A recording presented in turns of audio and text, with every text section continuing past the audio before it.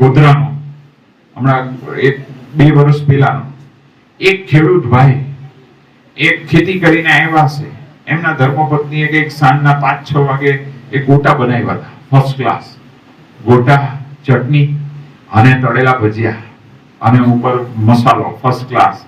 મોઢામાં પાણી આવી જાય. જેને જે ભાવતા હોય, કોકને મેથીના ગોટા ભાવતા હોય, કોકને વાટેલી દાળના ગોટા ભાવતા હોય, એ જે ગોટા ભાવતા હોય એ તમારા મનમાં કલ્પના કરી લેવી અને પછી ઘરે પાછું બીજે દિવસે કહેવાનું કે બનાવો ભાઈ, આપણે કથામાં બનાવ્યા, હવે પ્રત્યક્ષ બનાવો. અને આ બનાવ્યા હતા ગોટા ફર્સ્ટ ક્લાસ, તળેલા અને તળેલા મરચા અને ચટણી અને જમાવટ હતી અને ફર્સ્ટ ક્લાસ પાછી કલરફુલ ચા. એવું એટલે આમ પૂર્ણ ભોજન. અને ગોટા કઈક બનાવ્યા ખબર નહીં, ઘાણ વેલો ઉતાર્યો ને એમ કરતા અને પતિદેવે કીધું એના ધર્મપત્નીને કે આ ગોટા છે બનાવ્યા સારું છે પણ જરા કાચા છે. હે કા બોયલા, ખાઈ લ્યો જેવા છે એવા. અને એમાં થોડી જીવાજોડી થઈ. એમાં પછી આ બોયલા પતિદેવ અને એમાં થોડું ઘમાસાણ ફાગણ સુદ પુનામાં. અને એમાં પછી પત્નીનો જરાક વધારે ગુસ્સો આસમાને ગયો અને ઘર તો ખેડૂતનું અને ધાર્યું હાથમાં આવ્યું કે ગુસ્સામાં માણસ શું કરે ને કઈ ખબર ન પડે, એટલે હથિયાર જાહેરમાં રાખાય નહીં. અને આ ધારું લઈને ઉપડા પતિદેવની સામે ગયા અને એને એમ કે આ તો એમને મારે. ઓલા પત્નીએ છે ઓલાને છે માથામાં ધાર્યું માર્યું, તે ઘટના સ્થળે પતિદેવ છે ઉપડી ગયા. ના મૂળમાં શું ગોટા, એ અત્યારે જેલની હવા ખાય છે ને ઓલા ભાઈ ઉપડી ગયા. ના મૂળમાં સ્વાદ. તો જો આપણે ભગવાનની ઈચ્છા માની અને ચલાવી લઈએ તો શાંતિ. આ સત્સંગનો લાભ, સત્સંગનો આ લાભ છે કે આવા આપણે વિચારો કરીએ તો આપણે જીવન જીવી શકીએ. હમણાં બધાએ જોયું કોરોના કાળ ગયો, બધાને અનુભવ થયો કે કોરોના કાળમાં બધાને થોડા દિવસે તાળા આવી ગયા. નાના હોય, મોટા હોય, દેશના હોય, પરદેશના હોય, વેસ્ટર્ન માંથી પેલા આવ્યો, કરોડોપતિ હોય, કોઈને કશું કામ લાગ્યું. અને જેટલા કોરોનાથી મર્યા છે એના કરતા લોકોનું મૃત્યુ થયું છે ને એના હાવથી, એની બીકથી, મીડિયાના સમાચાર સાંભળીને, મીડિયાના સમાચાર વાંચીને, મીડિયાના સમાચાર જોઈને આ વધારે વાતાવરણ મનનું છે ડિસ્ટર્બ થયું. અમે એ વખતે ઓનલાઈન કથા કરતા અને બધા હરિભક્તો જોડાય. અમે તો ઝૂમ ઉપર હોય ને યુટ્યુબ પર સાંભળે. 2-3 હજાર હરિભક્તો એ વખતે જોડાતા.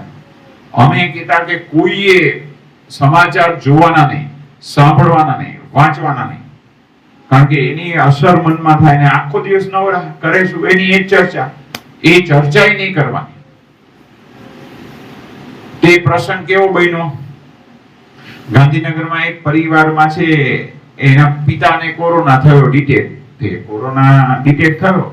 તો એ ગયા 10-12 દિવસ જે સરકારના નિયમ પ્રમાણે, અને પછી સ્વસ્થ થઈને ઘરે આવ્યા. ત્યાં એનો દીકરો, એને કોરોના થયો, ડિટેક્ટ થયો અને એ હતાશ થઈ ગયો. એ કે હવે હું પાછું ઘરે ન આવું. પપ્પા કે ભાઈ મને 65 વર્ષ હું આવી ગયો, તું તો હજી તો 30 વર્ષ તું હું મૂંઝાય છે, હમણાં આવી જઈશ અને કાંઈ નથી. કે ના હું હવે નહીં આવું. મનથી હારી ગયો. અને પાછું કોરોના એવો હતો ને કે કોઈને મળવાનું નહીં, એકલા રહેવાનું, એટલે વિચારવાયું વધારે થાય, ગ્રુપમાં રહેવાનું, બધાને વ્યક્તિગત, એટલે બધું આ આખું તંત્ર જેવું. તે આને એકાંત વિચારવાયું અને પોતે છે ફોન પર બધા એના પરિવારના સભ્યો વાત કરે, બીજા ત્રીજા વાત કરે, પણ એ પોતે મનથી હારી ગયો અને ખરેખર એનું મૃત્યુ થયું, ધામમાં ગયું. તો જો આ બીજા મન. હવે આવો જ પ્રસંગ છે જર્મનીના મિસ્ટર થોમસ. હવે આ કોરોના ડિટેક્ટ થયો એ પહેલા 6 મહિના પહેલા ત્યાં ચૂંટણી થઈ. તે ચૂંટણીમાં જે તે સરકાર આવી ને એમાં મિસ્ટર થોમસ એને ફાઇનાન્સ મિનિસ્ટર બનાવ્યા. હવે ફાઇનાન્સ મિનિસ્ટર બનાવે કેટલા બુદ્ધિશાળી હોય, ભણેલા હોય, વિચારશીલ હોય, કેટલા વર્ષો સુધી એને આ જે તે પક્ષમાં એને પોતે હોમાઈ ગયા હોય ત્યારે એને આ પોસ્ટ મળે, વર્ષો સુધી એને આ એના પક્ષમાં છે પોતે ભોગ આપ્યો હોય, અને કોરોના ડિટેક્ટ થયું 6 મહિના પછી, અને એને એમ થયું કે હારું હું ફાઇનાન્સ મિનિસ્ટર બન્યો અને અમારા દેશની જીડીપી ડાઉન.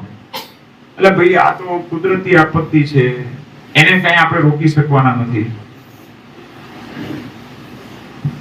એટલે એ પોતે હતાશ થાય છે, નિરાશ થાય છે, નંખાઈ જાય છે, એમ કરતા કરતા છે વિચારવાનું એટલો બધો થયો ને એને, અને એ વ્યક્તિએ સુસાઇડ કરી નાખ્યું. એની સામે આપણા ભારતમાં જો બધા ટેસ્ટથી જીવતા હતા. આ ભૂકંપ થયો 2001 માં, જેના ઘરના સભ્યો દટાઈ ગયા છે, મૃત્યુ પામ્યા છે, એ બધા BAPS ત્યાં રાહત કાર્ય ચાલતું હતું. ત્યાં ઘણા પીરસે, ઘણા શાકભાજી સમારે, ઘણા પાણી ભરે, ઘણા સ્વચ્છતા કરે, ઘણા ઝાડુ પોતા કરે, બધા સેવા કરતા હતા. એ વખતે જપાનની ને જર્મનીની બધી ટીમ આવી હતી. એ કે અમે બધે ગયા છે આવા આપતકાલીન સમયે, પણ ભારતનું આખું વાતાવરણ જુદું છે. કારણ બધાને ભગવાનમાં શ્રદ્ધા છે, શાસ્ત્રમાં શ્રદ્ધા છે, સંતોમાં શ્રદ્ધા છે, અને સાંખ્ય વિચારથી જીવે છે. તો આ મોટામાં મોટી વિશેષતા છે એ આપણા ભારતની, કે આવી રીતે આવા સંજોગોમાં છે કોઈ દિવસ છે પોતે હતાશ થતા નથી, નિરાશ થતા.